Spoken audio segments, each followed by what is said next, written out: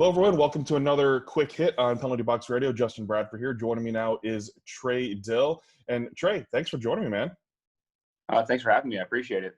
So it's great to talk hockey again with someone that is coming from Middle Tennessee, from the Nashville area, and especially a goaltender, because goaltenders are always unique cases to talk to. I know that for sure. And big news that you just recently had, too, is that you signed and are going to be going to Indiana Tech up in Fort Wayne, right? Yes, sir, I am. So how excited are you to go and to be able to play some college hockey? I'm incredibly excited. It's been a dream of mine to be able to play, big time college hockey. I mean, it's ACHA Division I. It's nice. So I'm excited about that. And so you've had quite the career already. You played juniors as well with the Decatur Blaze, and before that, because elite prospect starts with Decatur. How did you get into hockey? What got your start in it? Because I've seen articles too. You're from Robertson County, so it's a bit of a haul to be in hockey. So what got you going? Yeah. So it all kind of started with my parents going to a Preds game, like first season. I think they either went opening night or the second game ever, and it was just from then on, my family just loved the sport. And then when I was 5, I started playing at Centennial. I was forward, and then when I turned 8, I became a goalie, and I kept playing through there. I played travel, I played Flyers, I played a year at Junior Preds, and then I played 4 years of Tennessee Outlaws, which was a good experience.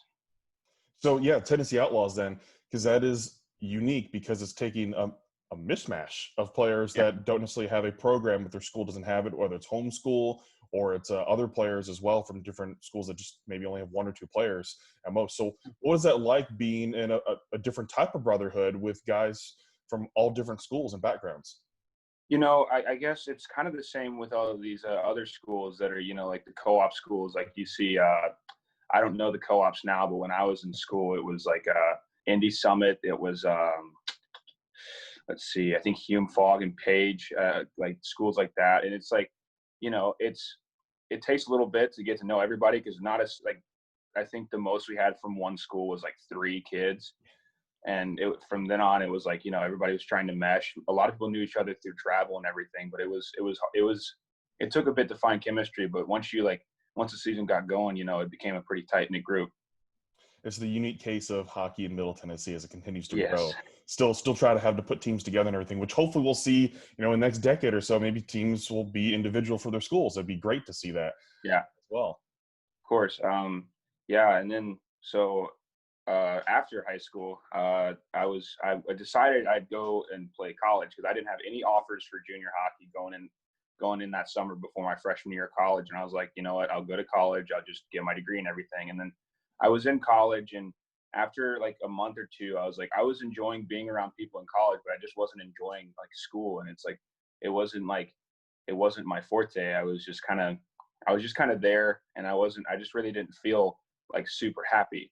So I kind of just started farming around, because I knew I still had junior eligibility. So I decided to start farming around and finding teams. And there was 2 or 3 teams that got back to me. And the team that got back to me, the reason I chose Decatur out of all the teams that got back to me was they're just the coach and GM, Zach Pearson. He's he's such a nice guy, and I really appreciated the way he talked about his team. Like, his team wasn't the most successful team at the time, and he was still talking his program up. Like, it was like, he was talking about the way he advances players and the way he grinds them and helps them get better. And it was like, most of the other 2 I was talking to, they just seemed really down about their program and how they're, one GM even told me, like, you're going to face like 80 shots a game because our defense sucks. I'm like, why would you tell me that? I want to see the positives. I don't really I want to know about the negatives. Like, that's great, but I'd like to hear the positives as well. And he was a really positive, forward thinking guy, Absolutely. No, it's an important choice to make, because you're developing as a player too. And so being a goalie and everything, there's a lot of teams that obviously seek out goalies and need goalies as well. Did you notice that as well, that there's demand for goalies out there for a lot of these teams trying to find good quality goalies that can live up to the play that's needed out of them too? Yeah, of course. It's honestly, it's kind of a strange thing. It's like, goalies are so easy to come by, but like, you know, sometimes they're especially at the tier 3 level, they can get pretty hit or miss. And sometimes they're really, really talented, but they have a terrible attitude, or they have a great attitude and they're not like, you know, and they're great locker room guys, but they're not the greatest. And that was kind of my role, but you know, but, He says it you're was, a water boy in your Facebook profiles. yeah. So in terms of being a goalie as well, growing up, who was one of your idols? Who'd you kind of model your game after? When I first started, it was 100% Thomas Vokoun. I love that guy so much. Like he's what kickstarted the goalie thing for me. A lot of kids like around like when I was growing up, you know, the Nashville hockey wasn't big. I'm pretty sure like there was barely enough kids to hold travel teams around here, and there's like I remember just before, it seemed like there was one year where hockey just boomed out of nowhere, and it was the year before, I could tell, or maybe 2 years before, but I was having to play on like multiple, like I was having to play Pee Wee and Bantam, and I played for like 2 Bantam teams at the same time. It was pretty nuts, but it was, you know, 100%. It started out with Vokoun, and I loved watching Chris Mason as well. He was great, and then, you know, we have the pleasure here in Nashville to watch probably one of the greatest goalies to grace the game right now, Becca. So it's really great to watch them, and especially, you know,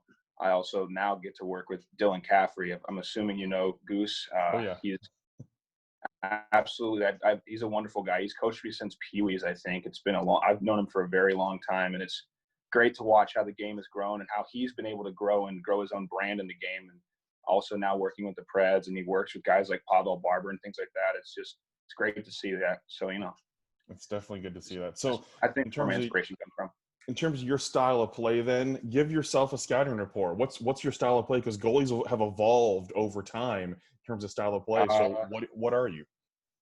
It's a very, very hybrid style thing, and I'm trying to be a lot more controlled. Of course, my goalie coaches are helping me with that, of course. But I had somebody tell me a while ago, I was like 15, 16, and somebody told me I skated like Connor Hellebuck, and I mean, I felt pretty honored, but like, you know, it's just kind of like, I don't know. I couldn't pin myself down to looking like a certain goalie. I don't know. It's there's of course like I kind of just try to watch the bigger guys. I actually I do enjoy watching like Hellebuck.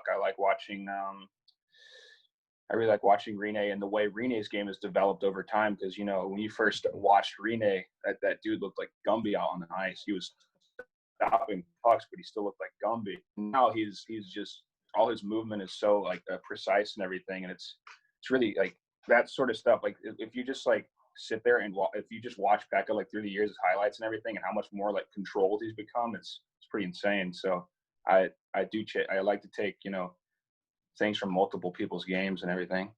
Absolutely. So now I got to ask as well, have you ever scored a goal as a goalie, and do you think you ever will? No, but my last ever game, I got 2/3 of a Gordie Howe hat trick. My last ever regular season game, I got 2/3 of a Gordie Howe hat trick. I got an assist in a game, and we had a line brawl. It kind of got nuts, but. So did you go against the other goalie, or were you against the skater? Yes, I did. I actually, in hindsight, it was a bit. I felt a bit bad afterwards because I kind of just ran down the ice and jumped him because, like, I mean, everybody was going off. Guys were punching my captain in the face, like, and we just kind of like all kind of lost it as a group. It was kind of tensions were high. It's a big rival team and everything, and it was pretty wild. But I mean, after the fight was over, you know, we were like, hey. Good scrap and everything. We just had a nice conversation. It turns out he was also, you know, an age out as well, and he was looking for a school, and we just decided to talk. We were just talking about that after the game because we both gotten thrown out. So, hockey, man. Yeah. Everything changes once you get off the ice. Yeah, 100%. So, what attracted you to Indiana Tech? I mean, it's obviously you're still going to be in the Midwest, and you're going to be playing ACHA Division I hockey as well. And Indiana Tech, I mean, just looking at the website, you can tell they take it seriously as a sport at their school. Well, I guess the first thing that came off to me was like their coaches, both It was in the USPHL Chicago Showcase. Actually, the game I had played, after the game I played, I had only talked to one school, and it wasn't even Indiana Tech. It was Illinois State. And then the game afterwards, I'm in a suit, sitting there. I'm hanging out. I'm helping the boys out, getting stuff together, getting things like loaded and everything. And some coach comes up to me and says, "Hey, Indiana Tech wants to talk to you." And I was like, "What?" And I was like, "I didn't even play."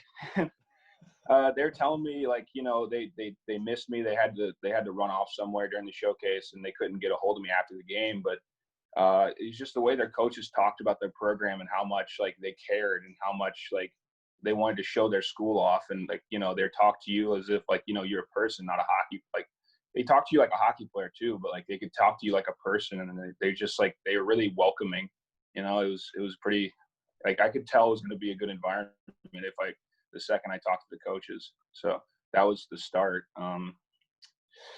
I guess from there, the team ended up actually, we went to go play an away weekend in Fort Wayne against the Spacemen.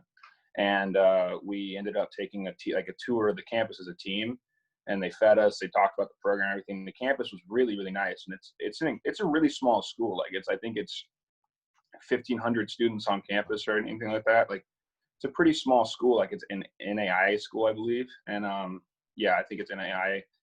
And like it was like the campus is so nice, and like you can tell everybody there just really cares about like Indiana Tech, and it's like in itself, even though it's so small, it seems like it's one of those small schools nobody cares about, whatever. And like, you know, it's like everybody really cares about the program there, and it's like of course they treat the hockey team like it's a school sport. They treat you like you're an actual like student athlete, and like they understand that ACHA D1, like you're taking so much time away from your schooling, and they understand it, you know. So that's really I guess just being treated like an actual student athlete felt pretty interesting there. Yeah, that's great, because we don't see that with a lot of ACHA programs, that they don't get the Mm-hmm. excused absences even though they're putting in the work, taking the tests, things like that. We don't see that a lot with ACHA programs. So it's great that they treat you like that, and you're going to get that experience to be a student athlete and obviously further your education. I mean, it's Oh great yeah, to of play course. hockey and also do that. So congratulations to you on that. And so let's move on a little bit to some quirks and everything that maybe learn about you as a hockey player, especially as a goalie, because it's always interesting to talk to goalies because they have their things. So Yeah. with you as a goalie, what does your typical game day look like? Especially now it's going to change because you're probably going to have classes, but when you're playing Mm-hmm. junior and everything too, what was your typical game day like for you? Usually we knew by the morning time, like who was starting, who was backing up and everything. And usually I try to keep the same routine whether I'm starting or backing up. There's there's different little things I do if otherwise, but if I'm starting a game, I start out with like, you know, I have to have a big breakfast. I have to have some eggs. I have to have some meat and everything, a little bit of either bread or like some sort of carbs or anything, you know.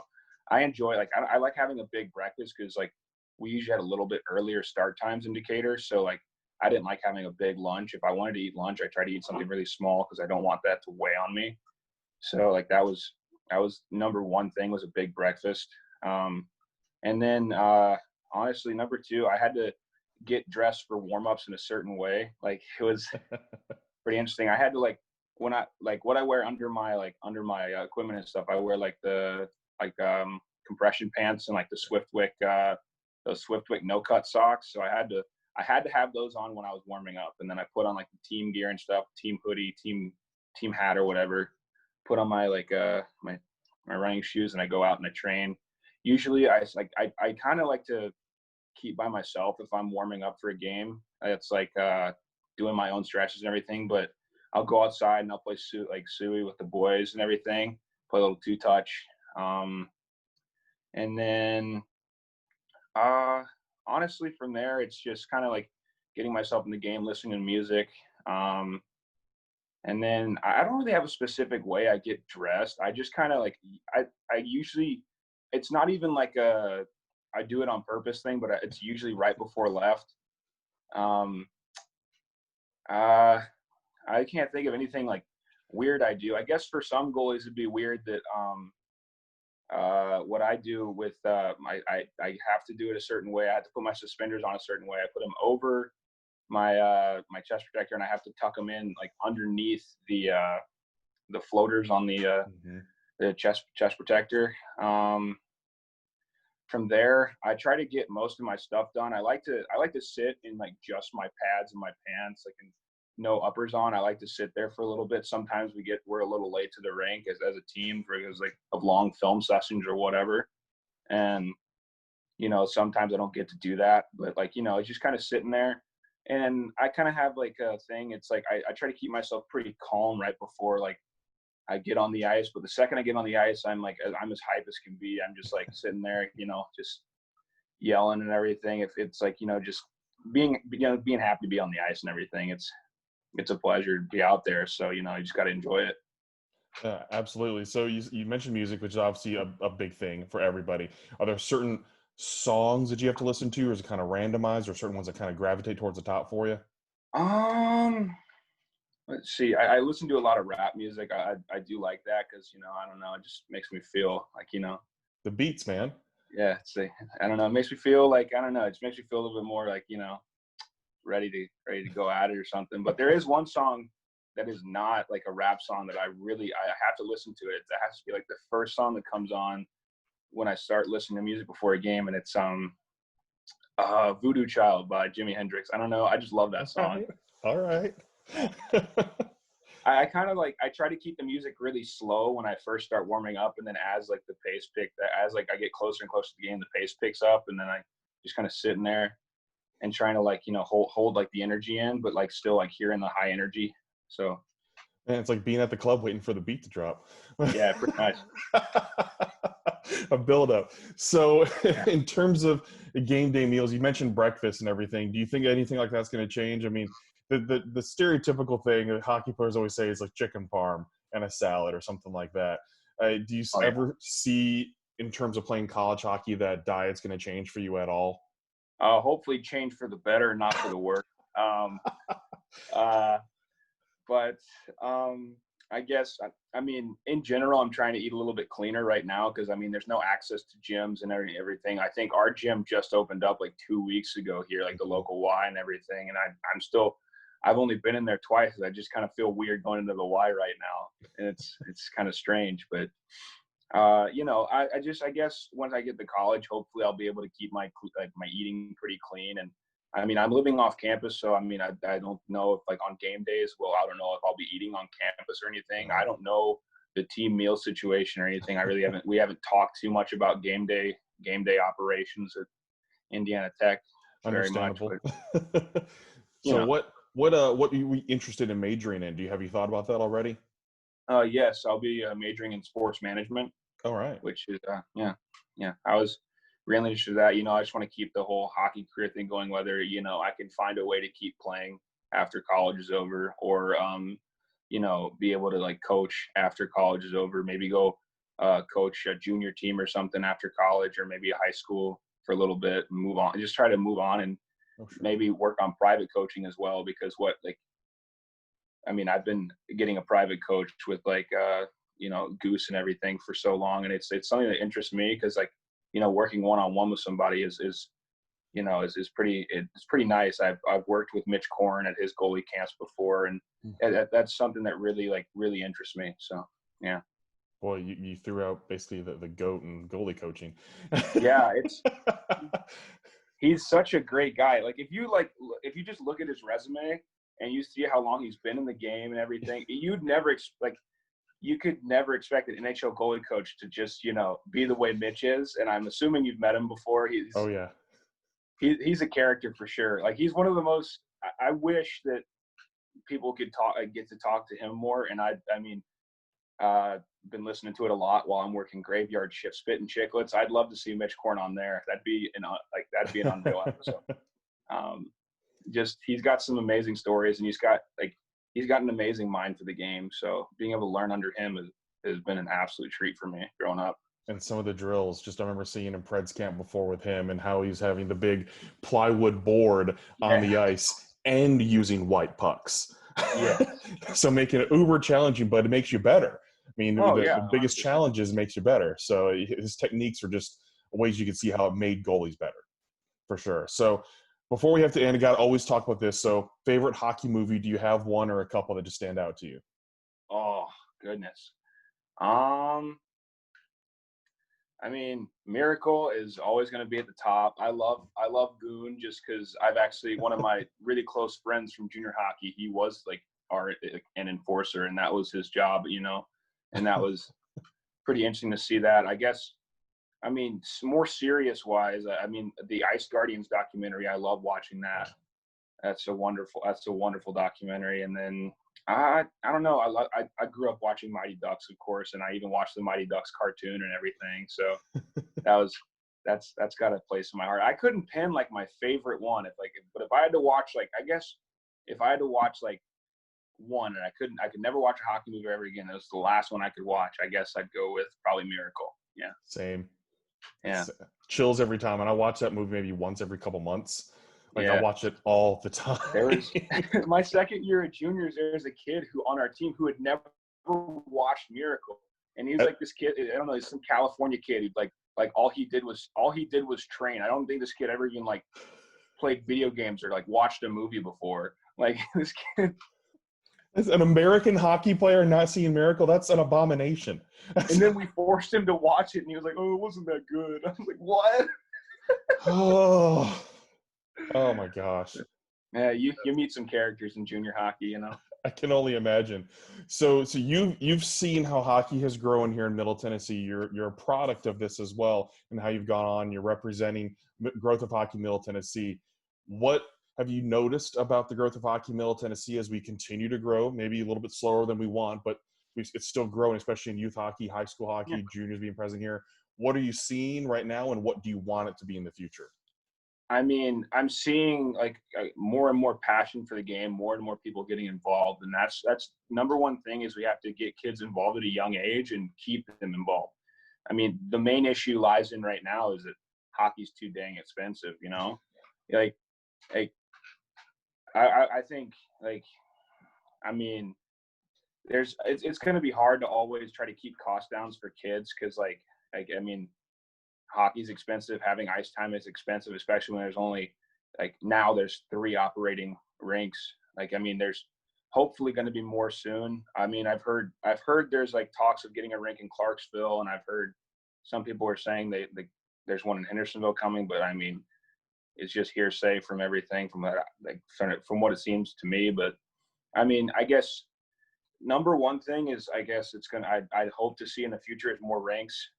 That's first and foremost. And then I guess it's just getting like the community involved. And the one thing that I saw that I felt with the junior Preds, like the NA3 program, like they had an unreal team their first year, and it's like nobody showed up to their games. Like, and I mean, yeah, you can have a great team, you can have a winning product, but like, I mean, it's just being able to get the word out about like what you do. And I mean, with Decatur, we didn't win the Division One like at all when I was there, because I mean the Chicago Cougars are in our division, and they're an unreal program. Like they're run very, very well and everything. But we were getting out in the community. We were helping old folks' homes, or we were donating teddy bears to the hospital. Again, just getting out and showing people what we do and what type of people we are. And, we got so many fans from going out in the community, and it's like, that's the one thing that needs to happen with Nashville youth hockey in general, is doing a lot of community fundraisers and things like that to get the word out that you have a program. So that's the one thing that I'd like to see, is just more and more community involvement and everything. And, the Get Out and Learn program is great. I'm happy that the Predators are starting to really get involved with the youth hockey scene. I mean, I think they sponsor the whole AAA program and another selects program at Ford as well, right? Yeah, their namesake is on a lot of things now. Yes, yeah.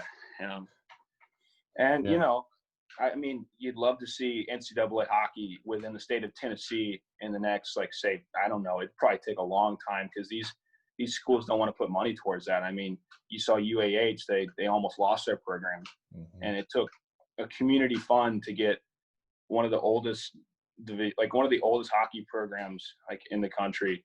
I mean, they've been playing Division II hockey for so long, and then they moved up to Division I and everything. So, but you just want to see more community involvement, 100%. And I guess with the success of everything, like if Nashville, I mean, you saw like, I mean, anybody who's been watching hockey for a long time or knows like about like how hockey's grown. Like you saw Dallas win a cup in '99 and hockey boomed.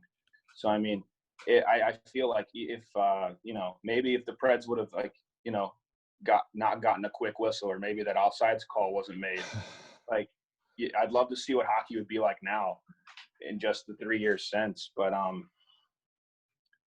honestly, it's just, I guess it's just going to take time, and it's going to take more people getting involved, and that's basically it. It's just more and more people. You can't have, you know, you can't have like a hockey program without people wanting to be in the hockey program.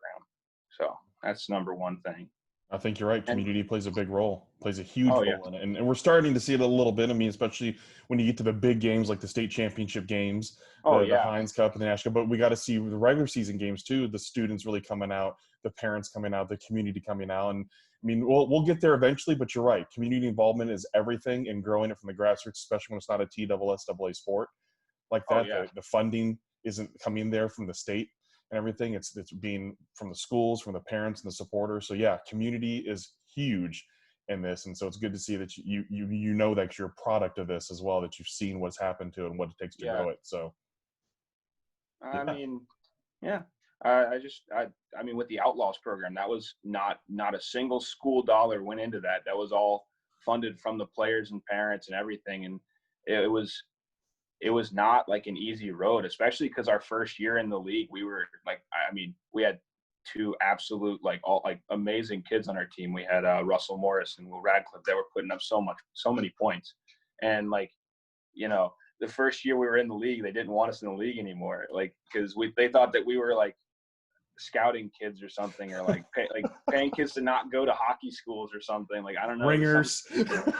yeah, we were bringing in ringers. Like I was like, you know, it just kind of happened that way. But it was, you know, I guess like I don't know. It's kind of hard to like put like a pin in something that like this is what's going to make everything, like this is Multiple what's going to make things. everything fall into place for, you know, Middle Tennessee hockey. I mean, it's great to see programs like, I know Vandy, they've kind of been wavering in their club hockey program. Like they've had a program forever, but I mean, they haven't been as successful in the past few years. You see Middle Tennessee, like MTSU, they're growing and growing, and it's so great to see how these programs, especially in the SEC, is like they're growing and growing, and that's all you can hope for. Maybe one day you see like I don't know, some of these schools, like the bigger schools like Auburn, the bigger schools like UT, like that those programs are huge. I remember we played against UT, we played against Auburn when I was at Mississippi State, and like I remember how like we showed up with like 9 kids, like, and it was, and I remember going to play Arkansas. We drove like 6 hours to Little Rock with 7 skaters. Like that was like, yeah. Eventually, you know, you hope to see everybody has those massive programs and everybody moves forward. It's just going to take time, because not everywhere has ice, like especially in the Southeast, like they do up north. Those programs are able probably to accelerate a lot quicker than ours will. So Time and passion and commitment. Yeah. Well, Trey, big congratulations to you on signing with Indiana Tech, and we're obviously going to be following your career along, and we'll make sure we catch up with you here in the near future. And yeah, so congratulations, big news for you in representing hockey from Middle Tennessee. No, thank you very much. I appreciate it.